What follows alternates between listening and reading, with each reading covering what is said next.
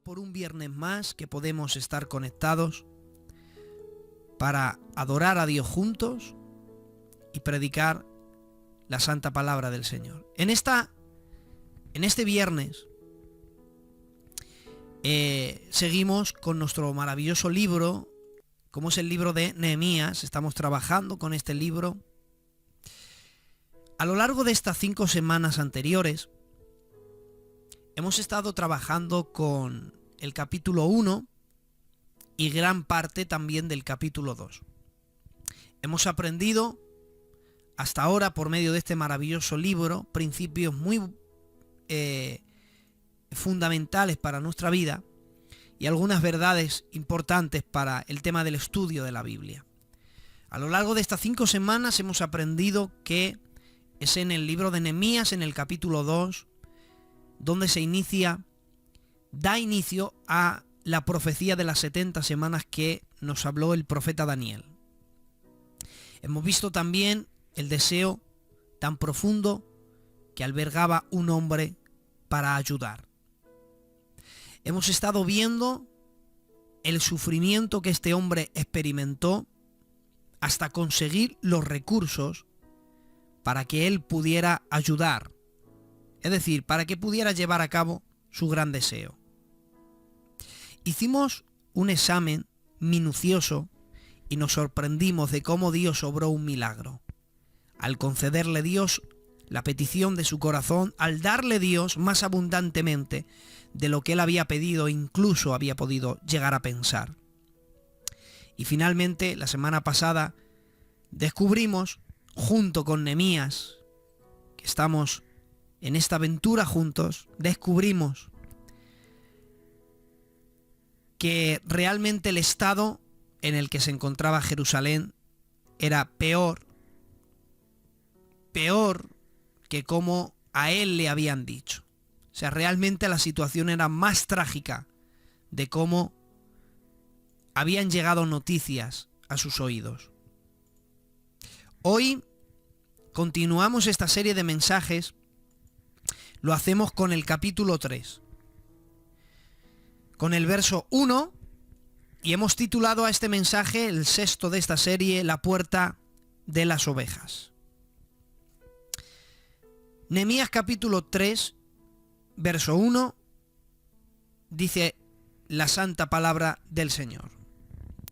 Dice: entonces se levantó el sumo sacerdote Eliasib con sus hermanos, los sacerdotes, y edificaron la puerta de las ovejas. Ellos arreglaron y levantaron sus puertas hasta la torre de Amea, y edificaron hasta la torre de Ananel.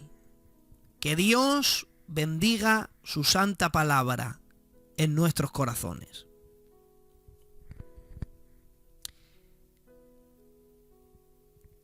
Entrando en el capítulo 3 de Nehemías, la cosa empieza a ponerse interesante. Después de haber hecho un examen a las ruinas, ahora en el capítulo 3 se inicia la gran reforma. Un hombre ha recorrido 4.000 kilómetros, ha esperado meses, tiene todos los recursos. Es Nehemías el enviado por medio del sentir que Dios ha puesto en él. Es a Nehemías a quien Dios ha obrado un milagro para darle recursos. Es a Nehemías a quien Dios le ha guardado en el camino. Es a Nehemías que, a pesar de la oposición, el camino de Nehemías es prosperado. Es a lo largo de los 2 capítulos, 1 y 2, hemos visto a Nehemías, y rodeado a Nehemías, la mano de Dios nunca faltaba. Los milagros de Dios, la provisión de Dios, las experiencias con Dios. Increíble. Sin embargo, me llama muchísimo la atención cómo es que empieza la reforma. La reforma comienza de esta manera. Entonces se levantó, ¿quién? el sumo sacerdote Eliasib, junto con sus hermanos los sacerdotes. Y ellos, los sacerdotes, pero en cabeza de los sacerdotes, el sumo sacerdote, quien inicia la reforma en Jerusalén. Fíjate que es Nehemías el que tiene en su corazón el plan y el proyecto. Es Nehemías quien tiene los planos, es Nehemías quien tiene la fórmula, es Nehemías quien tenía el deseo, Nehemías lo tenía todo. Sin embargo, el que inicia la reforma y la restauración es el sumo sacerdote Eliasib. Y fíjense, ¿saben lo que significa el nombre Eliasib? Eliasib significa Dios restaura. No es casualidad que el sumo sacerdote, su nombre, el significado de su nombre sea Dios restaura. Después de que el sumo sacerdote, Dios restaura, así es su nombre, empieza a restaurar, los sacerdotes van detrás. Los sacerdotes restauran porque tienen de ejemplo al sumo sacerdote que ha iniciado la reforma. Porque todos aquellos que queramos restaurar, tenemos que tomar ejemplo del sumo sacerdote. Y como nosotros, según Apocalipsis, capítulo 1 y el verso 6, la Biblia dice, Dios nos hizo reyes y sacerdotes, sin embargo, en los manuscritos más antiguos, los que saben dicen que la palabra reyes la omite. Entonces se leería que Dios nos ha hecho un pueblo de sacerdotes y gente santa. Entonces, la Biblia nos compara con sacerdotes. Somos un reino de sacerdotes y gente santa.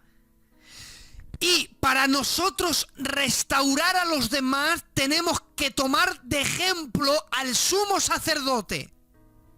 En este caso no es el sumo sacerdote Eliasib, sino que tenemos que tomar el ejemplo de otro sumo sacerdote que aparece en la carta a los Hebreos, capítulo 4 y verso 15, dice la Biblia, hablando de Jesús, porque no tenemos un sumo sacerdote que no pueda compadecerse de nuestras debilidades, sino uno que fue tentado en todo según nuestra semejanza, pero sin pecado. Acerquémonos pues confiadamente al trono de la gracia, para alcanzar misericordia y hallar gracia para el oportuno socorro. El sumo sacerdote Jesucristo, para nosotros, debe ser un ejemplo a seguir y a imitar para poder restaurar a los demás.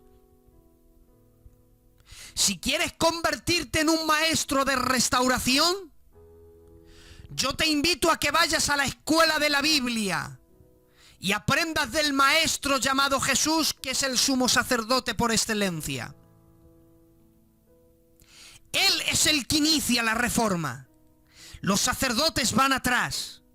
Jesús como sumo sacerdote siempre nos enseñó, y de todas las enseñanzas que Jesús nos dejó establecidas a lo largo de su ministerio en la tierra, una de ellas fue como excelencia, la gran enseñanza de cómo restaurar a los demás. Fíjense algunos de los ejemplos que Jesús como sumo sacerdote nos ha dejado para que podamos aprender. A lo largo del ministerio de Jesús en la tierra hemos visto cómo Jesús ha restaurado. Un caso muy llamativo, importante, digno de considerar, es la restauración a un leproso. En el capítulo 8 de Mateo, Él sana a un leproso. Sanar a un leproso, para sanarle se le tenía que restaurar su carne. Por eso la Biblia dice que cuando Naamán el sirio, leproso, se lava 7 veces en el Jordán, por medio de un mandato divino, la Biblia dice, su carne fue restaurada como la carne de un niño. Entonces, para que un leproso fuera sanado, su carne se le tenía que restaurar. ¿Por qué? Por una sencilla razón, porque la enfermedad de la lepra lo que hacía es que, perdónenme la expresión, criaba gusanos en la piel, incluso comían la carne. Pero sanar a un leproso era restaurar su cuerpo. Pero fíjense de qué manera Jesús le sana. Dice la Biblia que tocándole lo sanó. Y aquí vemos un ejemplo, un gran maestro, dándonos una enseñanza de restauración. Para sanar a un leproso lo ha tocado. Nadie quiere tocar a leprosos, porque quien toca a un leproso se contamina. Pero él, para sanar al leproso, le toca. ¿Por qué? Porque aquel leproso no necesitaba solamente una sanidad externa de carne. Es que él necesitaba una sanidad interna también. Había pasado tanto tiempo en la soledad, apartado de todos, y había sido el desprecio de todos tan grande que tenía el alma tan herida, tan herida, tan herida, que necesitaba también sanar. Hay gente que no solamente necesita una sanidad externa, sino que también necesita una sanidad interna. Fíjense, hay gente cansada, ¿verdad? Y un cansancio físico, ¿cómo se termina? Un cansancio físico se termina durmiendo. Uno está cansado por el trabajo y de pronto se echa a dormir y le dice a la esposa, a los niños, intentar no molestarme demasiado, a la mujer, no me despiertes, ya me despertaré. Y empieza a dormir un largo sueño, ha dormido durante horas, se ha despertado y el cansancio físico se ha terminado. El cansancio físico se soluciona durmiendo, pero hay otra clase de cansancio que únicamente habla la Biblia. Aprender de mí que soy manso y humilde de corazón y hallaréis descanso. ¿Para qué? ¿Para vuestros cuerpos? No. Dice la Biblia, hallaréis descanso para vuestras almas. Y fíjense que es en el alma el asiento de las emociones, la voluntad y el intelecto. Hay gente cansada sentimentalmente. Hay gente cansada en el ámbito de la voluntad. Hay gente cansada almáticamente, cansada de dolor, cansada de sentir, cansada de las traiciones, cansado de volcarse sobre los demás, de confiar en alguien, cansado por las traiciones, cansado almáticamente. Pero Jesús, como ejemplo de sumo sacerdote, viene sanando, restaurando no solamente lo externo, sino lo interno también. Otro de los grandes ejemplos de restauración, en una sinagoga, mientras él hablaba y predicaba, dice la Biblia, que hubo alguien que tenía la mano enferma completamente y él dijo, estira la mano, y cuando él estiró el brazo, dice la Biblia, y el brazo fue restaurado. Pero otro gran ejemplo de restauración por excelencia es de la manera en que Jesús restauró a Pedro. Y en otra ocasión vamos a dedicar un solo mensaje a hablar de cómo Jesús restauró a Pedro. Pero de todas las enseñanzas que Jesús nos dejó plasmada como sumo sacerdote para restaurar, para mí la más impactante de todas no es el leproso, no es aquel hombre que el brazo fue sanado, no es ni tan siquiera la restauración a Pedro, es la restauración que sucedió en el capítulo 5 de Marcos. La restauración a alguien que ha pasado a la historia como el endemoniado gadareno. Mayor enseñanza de restauración no la podremos ver jamás a nadie. Fíjense que en el capítulo anterior, en el capítulo 4, nosotros contemplamos cómo Jesús está durmiendo. O van pasando a la otra orilla y él está durmiendo, y la Biblia dice: se levanta una grande tempestad en el mar, de modo que pensaron que la barca se partía. Y le despertaron a Jesús: Maestro, sálvanos que perecemos. Y él se levanta, hombres de poca fe, y dice la Biblia, reprendiendo al mar y a los vientos, se hizo grande bonanza. Fíjense que la orden de reprensión no fue dirigido al mar, ni tampoco al viento. La orden de reprensión fue los demonios que estaban provocando esa tempestad. Y es que da la casualidad que si cruzaban al otro lado, tocaban la tierra de los gadarenos. Y aquella legión de demonios que habitaba en aquel hombre, todos los demonios que habitaban en la región de Decápolis, y ahora vamos a hablar de ello, percataron que uno venía hacia esa tierra y era diferente. Impregnaba y irradiaba una luz desde la distancia. Sabían que quien pisaba la tierra de Gadara iba a ser Jesús. Y los demonios decían: si Jesús viene aquí, nosotros tenemos que salir desterrados, así que vamos a intentar matarlo. Pero la Biblia dice que Jesús dormía porque él había dicho: pasemos al otro lado. Y fíjense, si Jesús te dice: pasemos al otro lado, te puedes echar a dormir tranquilamente. Porque aunque las olas hubieran anegado la barca, Jesús hubiera convertido aquella simple barca en un submarino, pero si Jesús dijo: pasemos al otro lado, era la evidencia que llegarían. Y eso era lo que los demonios no querían. La tierra de Gadara era una de las tierras que formaban en la región de Decápolis. La palabra Decápolis significa 10 ciudades. Cuando hablaban de Decápolis, era la reunión de 10 ciudades. Antiguamente esa región, la región de Gadara, formó parte de la herencia dada a Manaset y a Gad, de los hijos de Jacob. Uno de ellos era de los hijos de José. Era una región que había sido entregada a Manaset y a Gad. Pero en tiempos de Jesús, ese territorio era un territorio completamente gentil. Sus ciudades eran griegas, sus dioses eran griegos, sus templos, sus anfiteatros, todo estaba consagrado a los dioses griegos.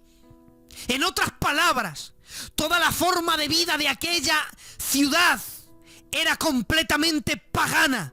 Por esa razón es que en la tierra de Gadara se podían pastar 2000 cerdos. Estaban siendo apacentados por allí. Y es que resulta que los judíos veían al cerdo como un animal inmundo, y no era típico que en las ciudades judías hubiera 2000 cerdos apacentando. No era típico, era un animal inmundo.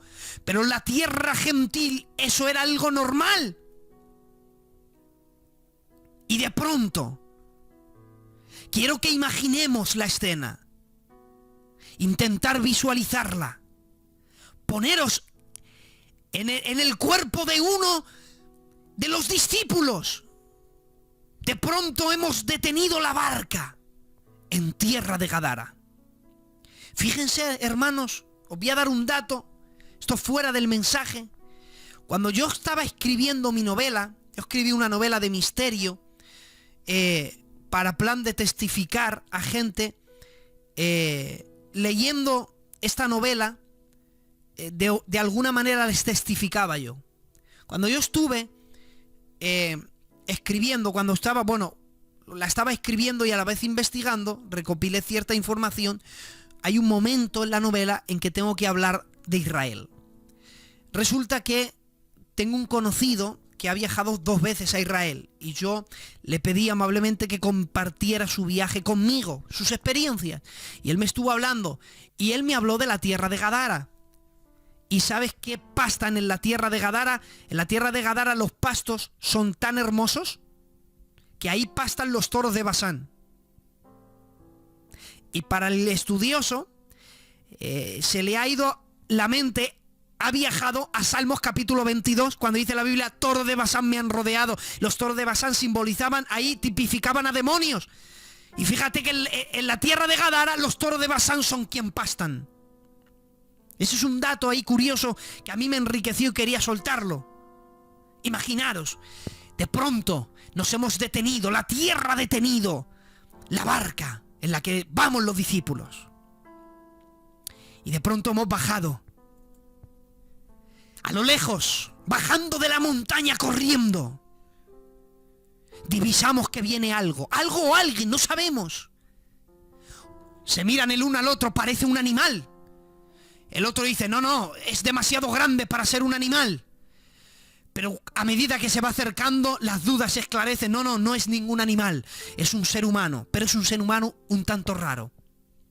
Viene dando gritos. De pronto saben los discípulos que quien se aproxima es un hombre poseído. Oigan, los discípulos están acostumbrados a ver gente endemoniada. Pero este es diferente.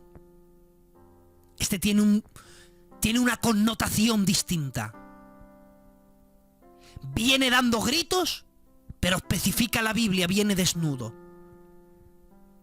Viene también con algo de sangre sobre la cabeza. La cabeza está como rojiza.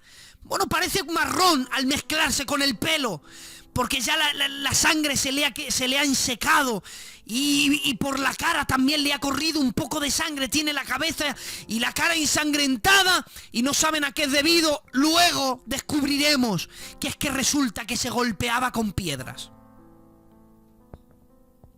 Él ha empezado a gritar y a revolverse hacia un lado y a otro, y le hemos mirado las muñecas, hemos visto unas marcas en las muñecas también, unas marcas en los tobillos. Luego averiguamos que es que los hombres de aquella región le ataban con cadenas y con grilletes. Y la Biblia dice que cuando le ataban, le dejaban cerca de un camino. Y no sabemos dónde le ataban, si le ataban en un árbol, le ataban en una roca, no lo sabemos, pero que le ataban con cadenas. Le ataban y le dejaban cerca de un camino, y cuando le dejaban allí atado, nadie se atrevía a pasar por aquel camino, porque cuando él veía a un ser humano, era capaz de sacar una fuerza que no era humana, sino diabólica. Y dice la Biblia que rompía las cadenas y los grilletes los partía como si fueran cuerdas. Y entonces salía corriendo, huía del ruido de la gente, del ruido que hacía la ciudad. Él iba a lugares desérticos. Él estaba desesperado, no quería vivir, quería quitarse la vida. Y ahora me empiezan a mí la gente a preguntar, ¿de dónde te sacas tú que aquel hombre quería morirse?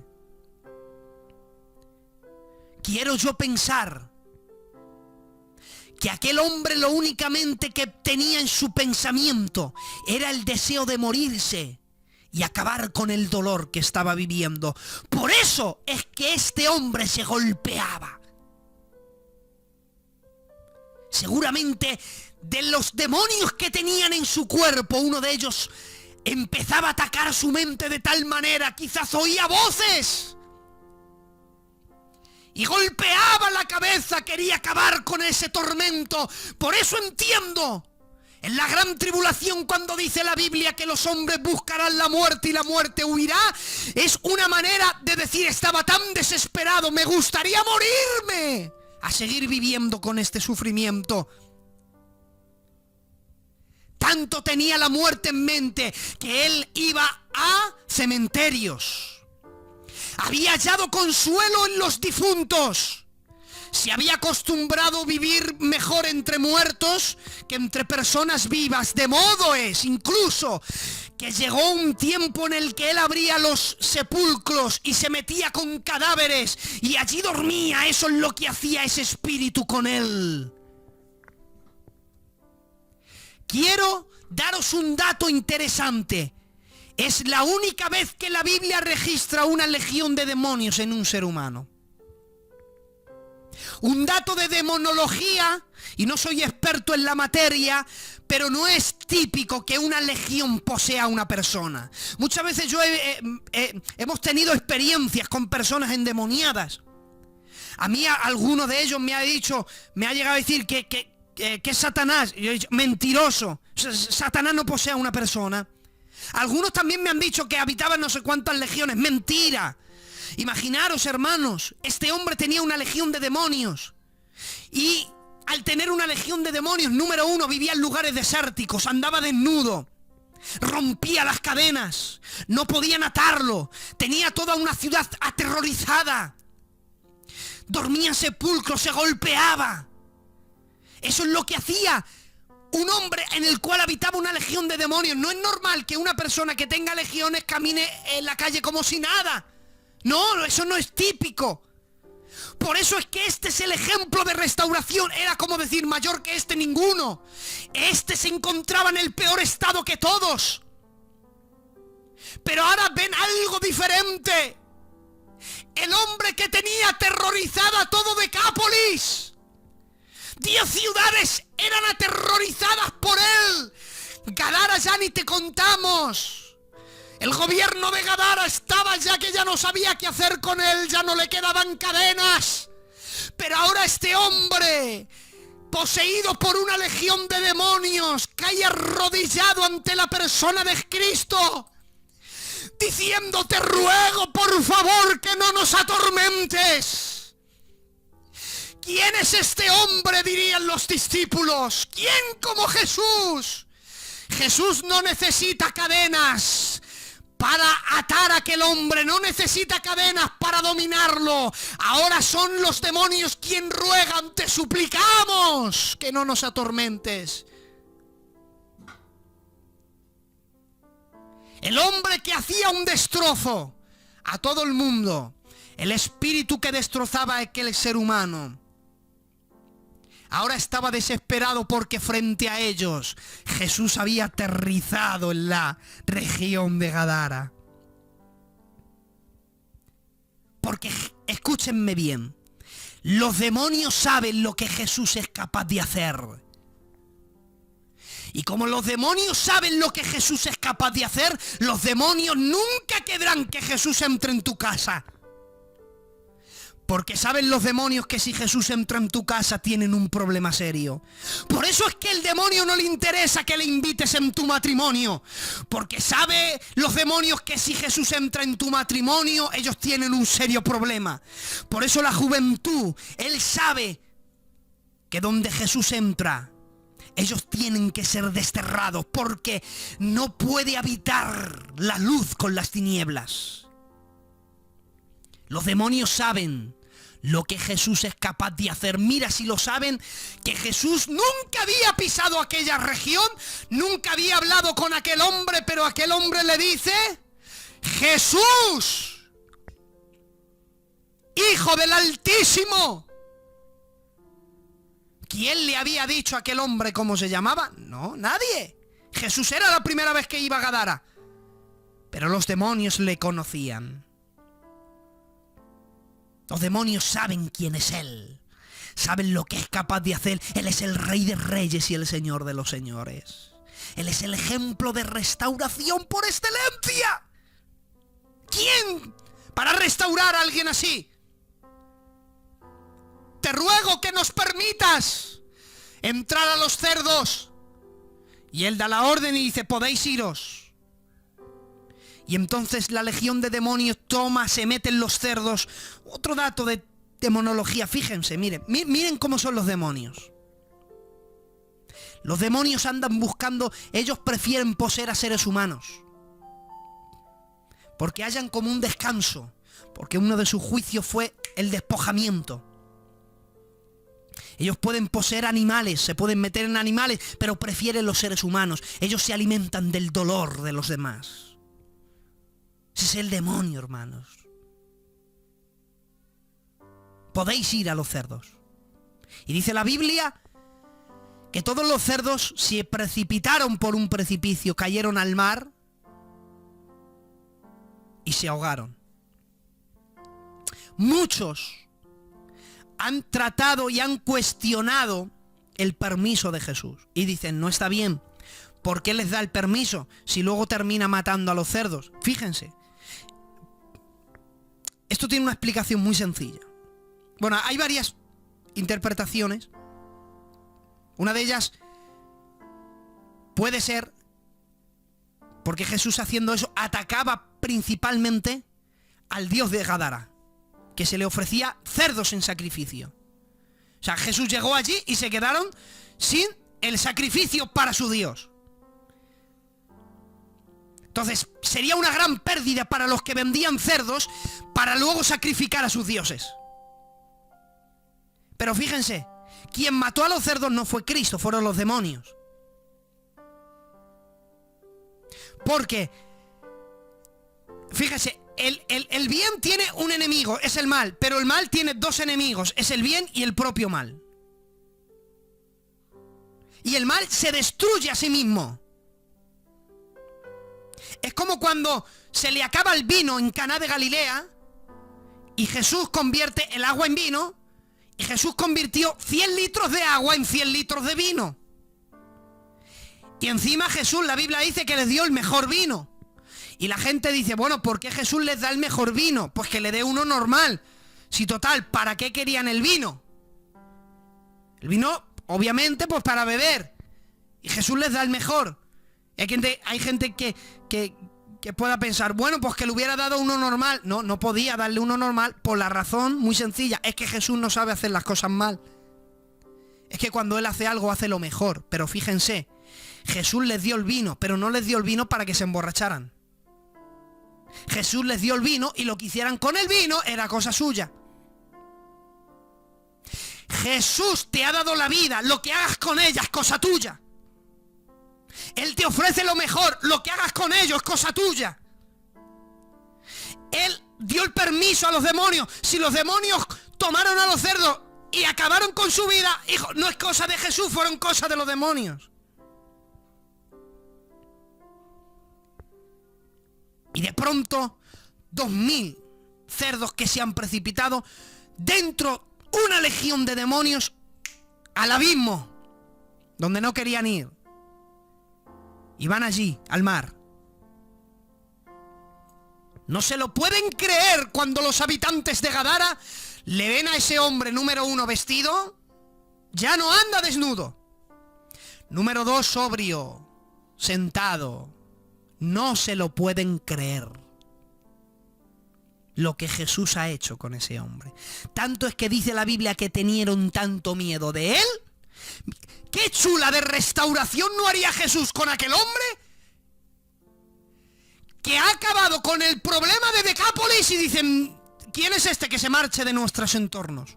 Le tuvieron miedo, le cogieron tanto temor a Dios. Y la Biblia dice que intentó ese hombre ir con Jesús, pero Jesús no se lo permitió, sino que dijo, ve a los tuyos y cuenta las maravillas que hoy ha ocurrido en ti. ¿Saben ustedes que fue el endemoniado gadareno restaurado quien predicó en las ciudades de Decápolis? Y ahí se podría dar inicio a un estudio. Por eso es que cuando el apóstol Pablo llega a ciudades gentiles, resulta que hasta ahí ha llegado el mensaje de Jesús. ¿Cómo? Porque se le considera a este hombre el iniciador del evangelio en aquellas regiones. Puede que haya gente que me esté escuchando hoy a través de esta aplicación Zello o a través de YouTube o quizás que se lo han enviado por WhatsApp, no sé cómo, pero puede que me estén escuchando gente que no teniendo lugar el diablo, porque el diablo no tiene lugar, dice la Biblia, no deis lugar al diablo. El diablo tendrá tanto lugar como nosotros queramos ofrecerle, y puede que haya gente ahí al otro lado que ha dado al demonio mucho lugar en su vida, mucho terreno, y el demonio ha tomado ese lugar que no tenía y ha empezado a hacer un destrozo. Es toda una ruina, es todo, y fíjense hermanos, el enemigo trabaja de una manera muy cruel. Trabaja de una manera como empezó el Gadareno. ¿Saben lo que hacía? Les llevaba a lugares desérticos, solitario, porque una de las obras del enemigo es aislarte de la gente, dejarte solo, sin amigos. Hay gente que dice, yo no necesito amigos. Equivocado, no creas esa mentira del diablo. No es bueno que el hombre esté solo, no es bueno que no tengas amigos. Aún Jesús, en los momentos de dolor y de angustia, él necesitó gente a su lado. Por eso en el Getsemaní, él se lleva consigo a Santiago, Pedro y Juan, porque él necesita tener a alguien cerca. Es bueno tener amigos. No te creas esa mentira del diablo de ser llanero solitario, porque el diablo quiere aislarte, dejarte solo para atormentarte. Y puede que haya gente que le haya dado lugar al diablo en su matrimonio, es una ruina, necesita restauración. Ha dado lugar al diablo en su hogar y ha entrado, ha tomado ese lugar, es una ruina ahora su hogar y necesita restauración, está como la puerta de las ovejas, rota, destruida. Pero en esta noche llega el sumo sacerdote restaurando esta casa. Y dice la Biblia, y el sumo sacerdote con los sacerdotes restauraron. Y ellos arreglaron y levantaron sus puertas. La puerta de las ovejas eran 2 puertas. Pero un dato interesante es que no tenía cerrojos. Por eso es que la Biblia dice, Jesús dice, yo soy la puerta de las ovejas. Y el que por mí entra hallará pastos. Tienes libertad para acercarte a Él. ¿Sabes por qué la puerta de las ovejas? Él es la puerta de las ovejas y no tiene cerrojos, porque no le tienes que pedir la llave a ningún hombre. Si necesitas restauración, no tienes que ir en busca de un hombre y pedirle permiso y decirle, quiero tu opinión, a ver si es que él me puede restaurar. No, no hace falta. En la puerta de las ovejas no hay cerrojo, no necesitas llave. Vete corriendo a los pies de Dios, arrepiéntete y pídele a Dios restauración, y el sumo sacerdote arreglará tu vida. Y ellos levantaron las puertas hasta la torre, fíjense, hasta la torre de Amea. ¿Sabes qué significa esa palabra? 100. Una torre que se llamaba la Torre 100. Y pueden ser por varios motivos. 2 de ellos. Número 1, porque aquella torre podía medir 100 codos. O número 2, porque en aquella torre podían albergar 100 centinelas. No lo sabemos con claridad, pero sí sabemos que la llamaban la Torre de 100. ¿Y saben lo que recuerda la Biblia el número 100? Dice Génesis 21:5, y era Abraham de edad de 100 años cuando tuvo a Isaac. Entonces el número 100 fue cuando ya tenía casi 100 años. Cuando era imposible que fuera padre, fue padre. Entonces el número 100 tiene que ver con hacer posible lo imposible. Puede que digas, mi vida no tiene forma de ser restaurada, te equivocaste. El sumo sacerdote restaura la puerta de las ovejas hasta la torre de 100. Él es capaz de hacer posible lo imposible. No hay vida destrozada, arruinada, que el sumo sacerdote no pueda restaurar. ¡No! Él hace posible lo imposible. Y Él hace posible lo imposible por esta razón, y termino. Y edificaron hasta la torre de A100, y edificaron hasta la torre de Naneel, que significa Dios ha sido misericordioso. En el inicio de la restauración de Jerusalén, es Jesús escondido en el capítulo 3, verso 1. Hemos empezado, quien ha iniciado la restauración ha sido el sumo sacerdote. Y Cristo es el sumo sacerdote. ¿Y ha continuado quién? Ha continuado hasta la torre de Acién, porque Dios es el único que es capaz de hacer posible lo imposible. Y todo esto es posible porque Dios es misericordioso. Dios quiere restaurarte porque Dios es misericordioso. Y te voy a dar un dato doctrinal. La Biblia dice: Dios se deleita en hacer misericordia. Nota esto: Dios se deleita en hacer misericordia. Él hace misericordia. Para Dios es un deleite, es un placer hacer misericordia. Dios obra misericordia por placer, por deleite. Es un deleite que Dios haga misericordia. Dios se deleita en hacer misericordia. Necesitamos que Dios nos restaure.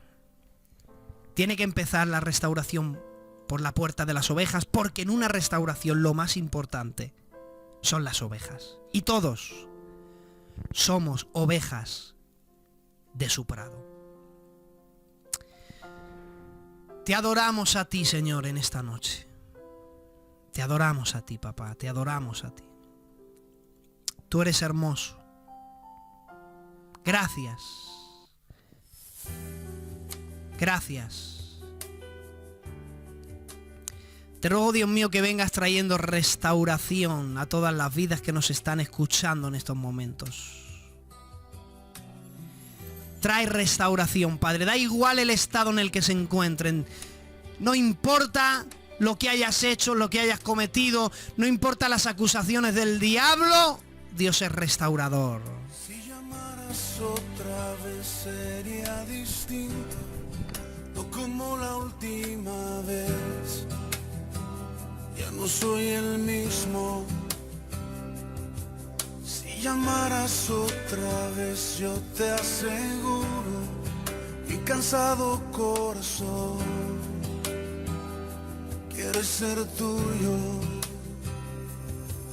Abriría sin dudar a ti la puerta, no te haría yo esperar.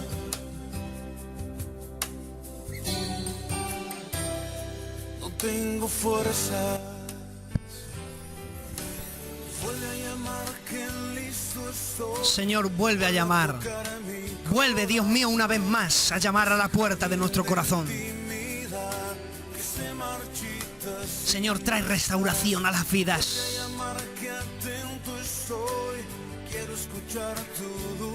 Y lleva, Señor, todo pensamiento cautivo a la obediencia de tu Hijo amado. Yo reprendo toda voz del enemigo, toda voz acusadora que te dice que no puedes, que no merece la pena, que Dios no te va a perdonar. Yo reprendo en el nombre de Jesucristo todo ese pensamiento que no viene de Dios. Lo reprendemos en el nombre de Jesús. Mi compañía, tu amistad sería mi paz de cada día. Señor, trae restauración. Nehemías, la puerta de las ovejas fue restaurada. La primera de muchas puertas que veremos a lo largo de estas semanas. Familia de Conquistando Corazones, es un placer y es un deleite compartir la palabra cada semana.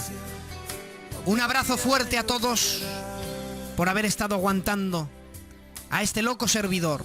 Bendiciones. Y hasta otro momento que el Señor lo permita, si Dios lo permite, la semana que viene.